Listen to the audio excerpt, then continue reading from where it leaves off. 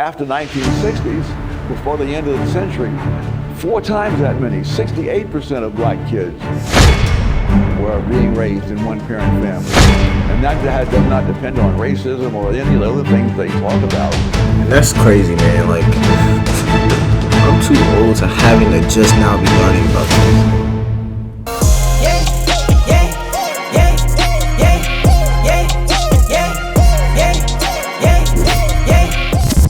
Welcome back, America. We're here with Dr. Thomas Sowell.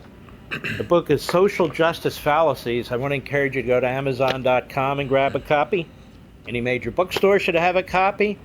And it is very readable, and it is worth reading, particularly now during these times. Dr. Sowell, when we talk about equality, immediately race pops into mind. It's always about race, racial discrimination, about the founding of the nation, white dominant society, so forth and so on. And you make the case, and you've made this case throughout your life, but it's very poignant in your book, which is, wait a minute, of course this has some impact, but it's not the only thing that has an impact. But why, first of all, what other things have an impact? It's probably an infinite list of things. And secondly, why do they only focus on race on the left? I guess it's because that's proven to be a politically popular thing to do. But in point of fact, one of the things that's mentioned in the book is a study that was done by the New York Times, of all people, some years ago, where they tried to show the 10 poorest counties in the United States. And they mentioned which ones they were and so on. It turns out that 6 of those 10 counties had a population that was from 90% to 100% white.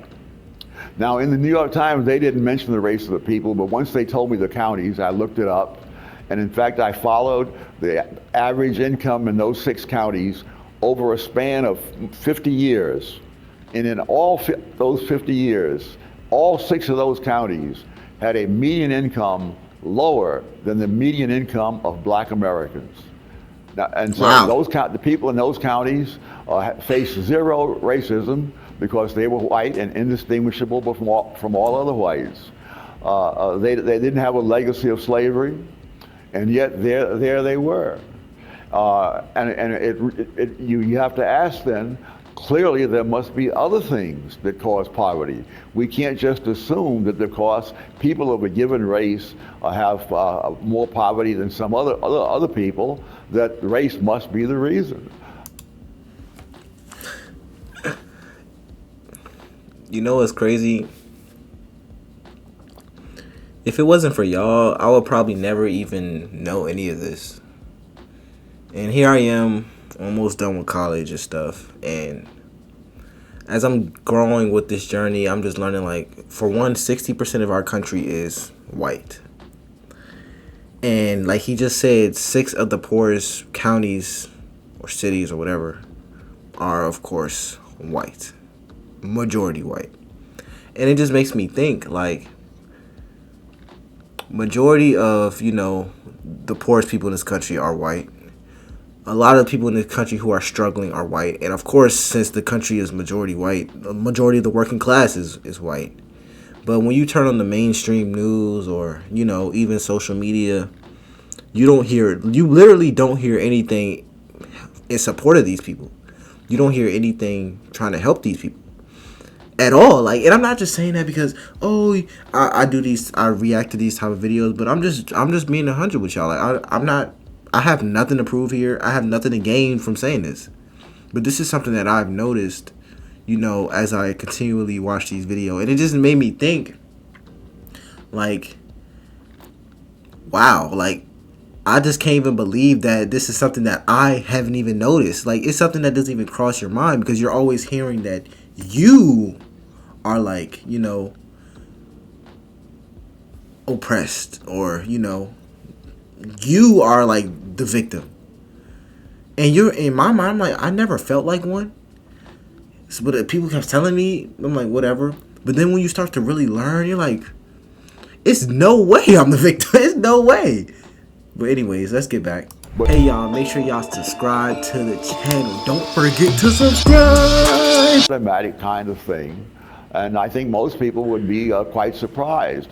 One of the things that happens is that behavior matters, and you see that in so many different ways.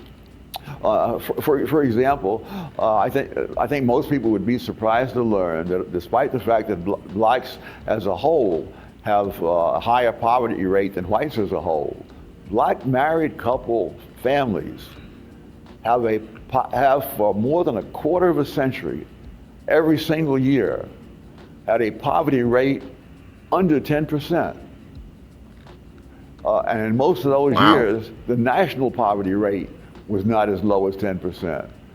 So it's not a quite, and you say, well, this is due to institutional racism. In that case, does that mean that the racists make an exception for blacks who are married? I mean, do racists either know or care whether blacks are married? None of these glib explanations stands up to the slightest empirical study. And let's talk about this when it comes to minorities. I did not know that.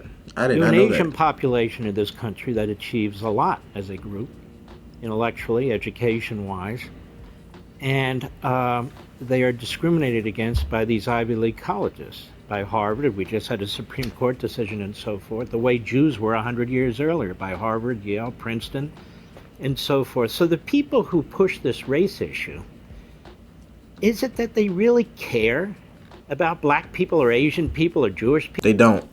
And I didn't mean to cut them off, but they don't care, bro. And how do I know they don't care? Because I care. I care.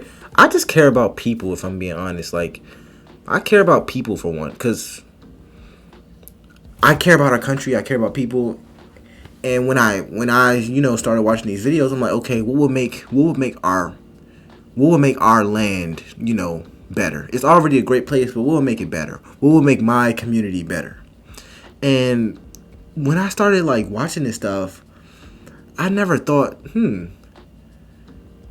maybe we need to start attacking other communities to make my community better. And what do I mean by that? When you start looking at, things that negatively impact the black community, such as, I guess he said a higher rate of poverty as a whole. When I hear that, I don't think we should start, going after other races and saying it's their fault. I don't think that at all. I'm thinking maybe we should start instilling values of marriage more in our community. Maybe we should start promoting people such as, these entertainers who literally say the exact opposite of this. So, I don't know. Is it that it's just another wedge issue to try and destroy this culture and destroy this society? There are some people who are both. Some really believe it, and I feel sorry for them. But there are some who really don't care. If it gets them elected, that's what matters. And this is one of the tragedies of trying to politicize race. He's so smart. There are That's many facts. fallacies that it's hard to even know which one to take up.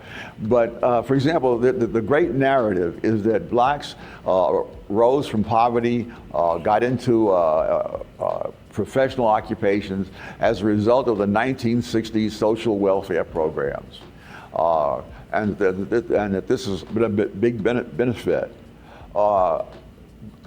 One of the problems with this way of looking at things is that everything depends on when you pick as the start of this trend.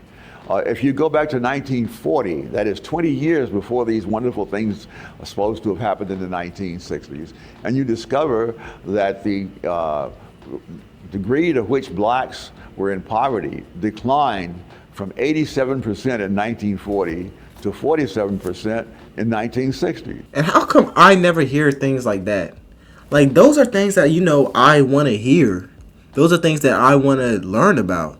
Because when you start talking about things that help our community or things that hurt our community, why is everything got to be why is everything got to be a hidden message? It's like he's saying, people try to use us as pawns, as if we're not humans, as if our issues aren't real issues. Like, we are really going through real things. And people tell us, They tell us that, oh, it's someone else's fault that we're going through this. Whole time, that is completely false. But they know if they say this to us, we're going to vote for them because we think they are going to be the ones who gets us over that hump, gets us over that problem we have. The whole time, they're just using us as pawns. They're using us as playing pieces. I'm just tired, man. Like, I'm tired. I'm tired of that being a reality. Like, why can't people just genuinely try to help us and tell us the truth? Why do I gotta learn about it on a freaking YouTube video of a Thomas Sowell interview that he did randomly? I don't know. It's like, bruh, like why? Now you look at the 20 years following 1960, they went down 18 points. And so the trend did not begin in the 1960s. The trend was there before then, and the trend did not even accelerate after 1960. Many people think that it would all began with the Civil Rights Act of 1964. Well, that was a fine act to get rid of the segregation laws in the South. But the cold fact is that the percentage of blacks who had professional occupations doubled from 1954 to 1964. That is in the decade ending at the time that the Civil Rights Act of 1964 was passed. If you look at the things that are negative, like, for example, black children being raised in single-parent households. In 1940, just under 17% of black kids were raised in one-parent families. But after 1960s, before the end of the century, 4 times that many, 68% of black kids were being raised in one-parent families. And that does not depend on racism or any of the other things they talk about. It depends upon things that happened due to the policies of the 1960s, which are still going forward. Which encourage the dissolution of the family. It's just unbelievable. And that's crazy, man. Like, I'm too old to having to just now be learning about this. Like, anyways, if you have any more suggestions for me, comment them down below. It's LFR Jojo. I'll see you on the next one.